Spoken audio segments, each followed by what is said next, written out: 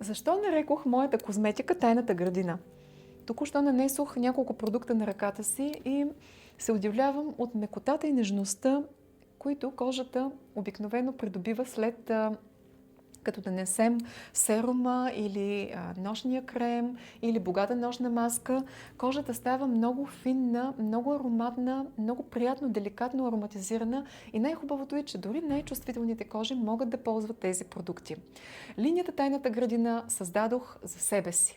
Да, аз твърдя, че съм егоист, здравословен егоист и първо правя нещата за себе си, най-малкото, за да не се излагам, тъй като държа на реномето си. И всъщност ги създадох в момент, когато бях бременна с третото ми дете и исках да мажа и себе си с чиста козметика и бебето, което ще се роди. Бях убедена, че хората, които ми бяха препоръчани от един от най-големите специалисти-сертификатори в България, който, милия, вече не е жив, гордея се, че имах работа с този човек, той ми препоръча едни от най-добрите технолози в Карлово.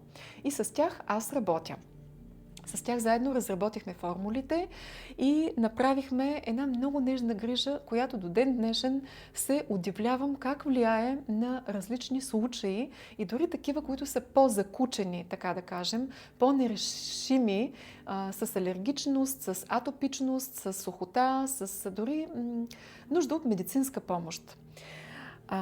Истината е, че козметиката е висок клас и аз бях вдъхновена през годините от моята баба, от моя дядо, от моя баща, защото те всички бяха хора, които имаха отношение към природата, имаха отношение към медицината, имаха отношение към красотата, към билкарството, а моята прабаба е била известна билкарка, която е лекувала незарастващи рани на войници след войната. До ден днешен имам запазени рецепти от нея, които може би някой ден ще разработя и ще имам още нещо, което да дам на света, което е много интересно.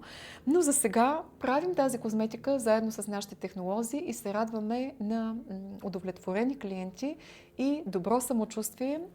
Смятаме, че предлагаме качествени продукти, които, ако бяха в чужбина, сигурно щяха да бъдат единия от порядъка на поне 100 евро. А бих казала, че много от съвременните марки, които си купувате в моловете, слагат цена от 100 евро на продукти, които са много далеч от това качество, което ще получите от серумите, гел-кремовете, нощната маска, масления елексир на Тайната градина на Дорфея.